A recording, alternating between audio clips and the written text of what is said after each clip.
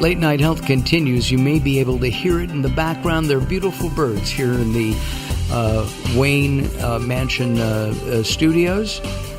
The birds aren't in the studios, but they are outside.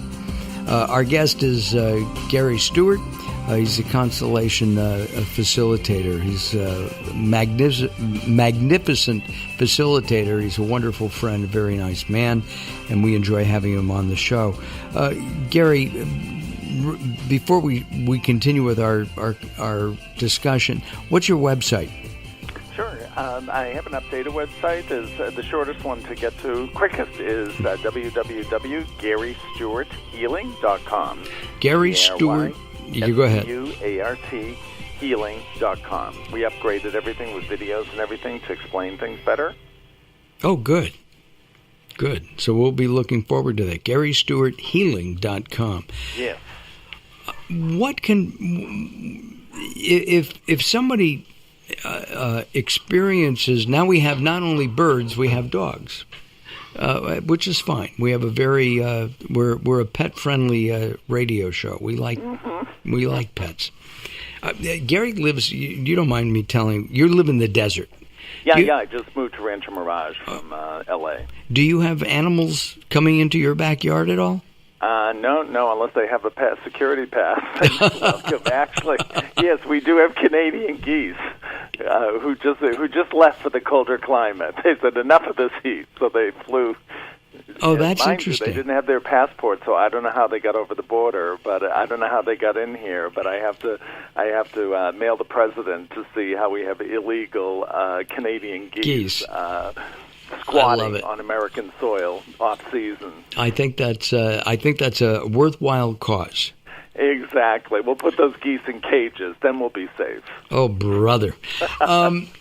The along with kids. All right. No political comments, Mark. This is, after all, a health show, right? Absolutely. With suicide, have you noticed in your research that suicide rates are increasing?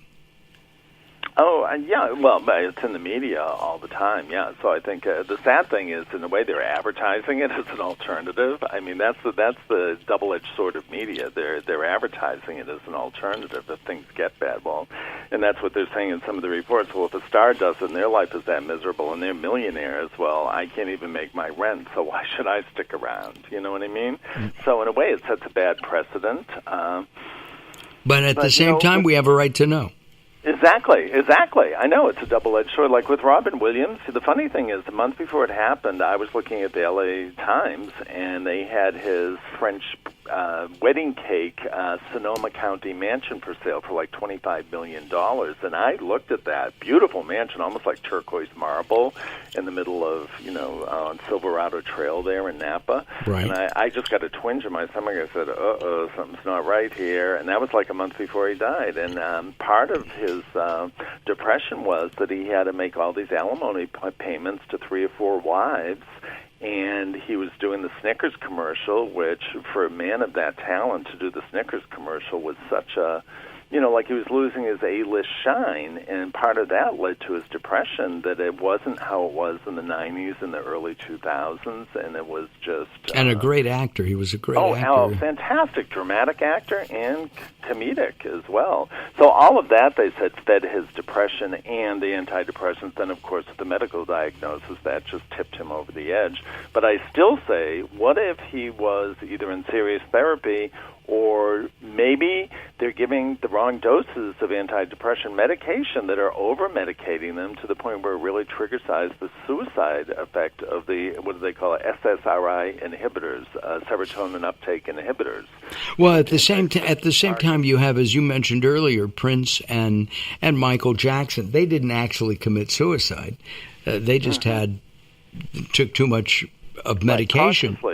Consciously, but unconsciously, yeah. They may have. What I like to address with my work is the pain that's underneath it. The people go, and a lot of people don't realize they're carrying generational issues fears, traumas of other generations that don't belong to them, and it's that collective burden that's being carried. And some of the people that had good luck with me in depression, their grandmother had a stillborn baby, the firstborn baby of the grandmother. Wow. Now, mind you, the client wasn't born until 50 years later, 60 years later, but they're carrying the depression and heartache over their grandmother's loss of birthing a stillborn baby. Gary, we are out of time.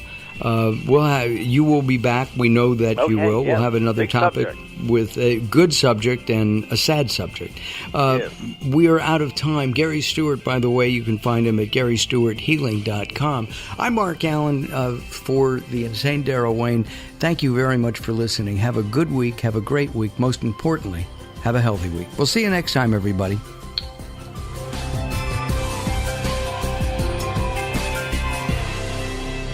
If you're listening to Late Night Health right now, you're part of the growing target of baby boomers we're serving. Hi, I'm Daryl Wayne, producer of Late Night Health, inviting you to join the Late Night Health family. If you have any business targeting the growing boomer market, Late Night Health is the ideal advertising vehicle for you.